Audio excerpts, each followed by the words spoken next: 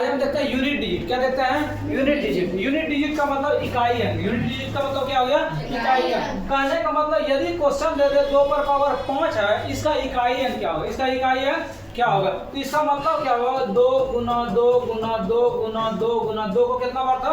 5 बार। तो इसको गुना करेंगे तो कितना होगा? 32। इसका मतलब इस क्वेश्चन में इकाई अंक कितना है? 2। इकाई अंक कितना है?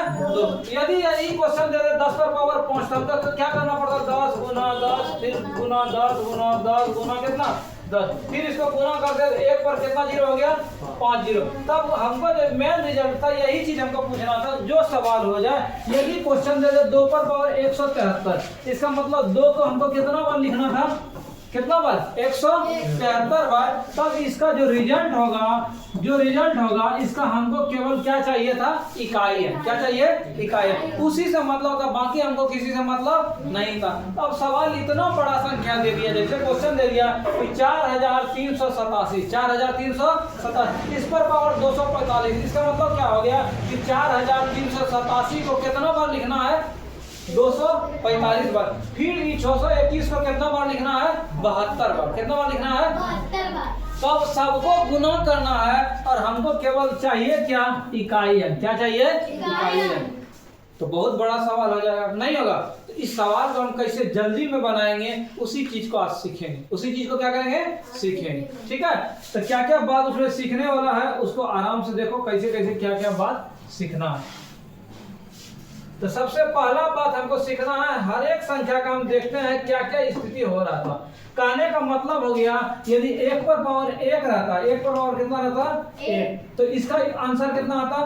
1 पर पावर 1 का आंसर कितना आता? यदि 1 को हम 1 बार किए तो कितना रिजल्ट आया? 1। यदि 1 को हम 2 बार किए, 1 गुना 1 तो रिजल्ट कितना? 1। 1 को यदि 3 बार किए तो रिजल्ट कितना? 1 पर पावर 4 किए तो इसका मतलब कोई भी 1 को हम रिपीट करते जा रहे हैं तो आंसर कितना आ रहा है? 1 आ रहा है। कोई दिक्कत नहीं। यदि हम 2 का स्थिति देखते हैं, 2 पर पावर 1 तो 2 हो गया। 2 पर पावर 2 का मतलब कितना? 4। 2 पर पावर 3 का मतलब कितना? 6 कि 8? 6 कि 8? 6 कि 8? बताओ सोच के। 8 ना, इसीलिए 2 को 3 बार लिखेंगे। 2 गुना 2 गुना 2, 2 दूनी 4, 4 दूनी 8। और यदि 2 पर पावर 4 होगा तो कितना हो गया? 16। 2 पर पावर 5 हो गया तो कितना? 32। तो हम क्या देख रहे थे? फिर 2 पर पावर 6 होता तो क्या? 32 दूनी कितना? 64। हम देख रहे थे ये जो 4 बार आया था, 2 4 8 6, फिर यहाँ से रिपीट होना शुरू हो गया। 2 4 8 6। कोई दिक्कत? आगे यदि हम इसको हम देखते हैं, 3 का स्थिति देखते हैं। 3 पर पावर 1 3, 3 पर पावर 2 कितना? 9, 3 पर पावर 3 कितना? 3 पर पावर 4 कितना? 81। फिर 3 पर पावर 5 करते तो कितना था? 200 कितना? 43। फिर देखा यहाँ 3 9 7 1 था, इसके बाद फिर रिपीट शुरू हो गया। 3 1 3 9 7 1। यदि हम 4 का बात करते हैं, 4 पर पावर 1 का मतलब 4 हो गया। 4 पर पावर 2 का मतलब कितना हो गया? 16। 4 पर पावर 3 का मतलब कितना? 64। 4 पर पावर 4 का मतलब कितना? 200 कितना? 56। इसमें हम क्या देख रहे थे? इसमें हम देख रहे थे 4 पर पावर जो था, 2 ही चीज आ रहा था। क्या क्या? 4 6 आ रहा था। फिर रिपीट क्या हो गया? 4 6। फिर रिपीट क्या था? 4 और 6। 5 का हम बात देखते हैं। 5 पर पावर 1 हो गया 5, 5 पर पावर 2 हो गया कितना? 25। फिर 5 पर पावर 3, इसका मतलब यूनिट डिजिट जो आ रहा था सब में क्या आ रहा था? 5 5 5 आ रहा था। इसके अलावा कुछ आ रहा था?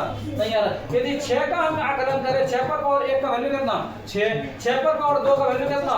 36। 6 पर पावर 3 करते, इसका मतलब 6 पर पावर जितना कर रहे थे सब हमको क्या मिल रहा था? केवल 6 मिल रहा था। यदि हम 7 का जिक्र करें, 7 पर 1 7, 7 पर 2 49, 7 पर 3, इसको गुना करते 343। फिर 7 पर 4 करते, यहाँ 7 से गुना करते यूनिट डिजिट क्या आ जाता? 1 आ जाता। सब दिया कितना? 21। यही आता ना। अब यदि 8 का हम आकलन करते तो 8 में क्या आता? 8 पर पावर 1 8, 8 पर पावर 2 8, 8 8 64, 8 पर 3 करते 512। इसका मतलब हो गया 8 4 2, फिर यहाँ 8 से गुना करते यहाँ 6 आता। किसी का रिपीटेशन हो रहा था। 4 4 का 4 4 का क्या हो रहा था? रिपीटेशन हो रहा था। यदि 9 का बात करते हैं, 9 पर पावर 1 9, 9 पर पावर 2 9, 9 में कितना? 81। फिर 9 पर पावर 3 करते, इसको 81 गुना 9 करते तो होता 700 कितना? 29। 10 पर पावर 1 का मतलब 10, 10 पर पावर 2 का मतलब कितना? 100। 10 पर पावर 3 का मतलब कितना? 1000। कितना आ गया? 1000। अब हमको इसमें सीखने के लिए क्या क्या मिला उसको गौर करना, यही चीज मेन पॉइंट है। और इसी से इतना बड़ा सवाल सेकंडों में बनेगा। हम क्या क्या देखे? हम देखें कि एक पर पावर कुछ भी रिपीटेशन ये सेम हुआ और किसी में वैसा सेम वाला बात आया नहीं आया। यहाँ 5 में सेम आया, देखो तो 5 में सेम आया है, सब में 5 पर पावर कुछ भी रहा कितना आया 5 आया। 6 में देखो सब में सेम आया है और किसी में सेम आया है और किस में सेम आया है 10 में, किसमें 10 में। कहने का मतलब जीरो वाले, कहने का मतलब क्या चीज में जीरो वाले। हम क्या क्या सीखे, हम इससे सीखने के लिए मिला कि 0 1 5 6 0 1 5 6 ये जो होगा ये नो चेंज होगा। 0 1 5 6 0 1 5 कहने का मतलब इकाई अंक जिस संख्या पर 0 हो 1 हो 5 हो 6 हो उस पर कितना भी पावर रहेगा उसका रिजल्ट सेम होगा। उसका रिजल्ट क्या होगा सेम। कहने का मतलब हो गया जैसे तुमको सवाल दे देगा 100 पर पावर 500, 100 पर पावर कितना 500, इसका मतलब हो गया 100 को कितना बार गुना करना था 500 बार, कितना बार 500 बार। और इसका बोलता है इकाई अंक निकालना है। क्या निकालना है इकाई। हम क्या करते सेकंड में हम देखते हैं यहाँ कितना था 0, यहाँ कितना था 0 और हम 0 का जानते हैं 0 पर कोई भी पावर रहेगा इसका इकाई अंक कितना होगा 0 कंप्लीट। यदि यही सवाल दे देता मान लो 121 पर पावर मान लो 571, 500 कितना 71, कहने का मतलब 121 को कितना बार लिखना था 571 बार, कितना बार लिखना था 571। फिर सबको गुना करके इकाई अंक हमको चाहिए। इसका मतलब यहाँ जो 1 था 1 बार कोई भी चीज रहेगा तो इसका यूनिट डिजिट जो होगा यूनिट डिजिट कितना होगा 1 होगा, कितना होगा 1। यदि यही सवाल दे देता 126 पर पावर 646, 626 पर पावर कितना 646, यहाँ हम 6 देखें और 6 पर कुछ भी पावर रहेगा इसका मतलब इसका यूनिट डिजिट कितना होगा। यहाँ तक कोई दिक्कत। ये 4 बात को हमको याद रखना है कि 0 1 5 6 यदि कहीं बात आएगा तो उसका वही चीज होगा कंप्लीट।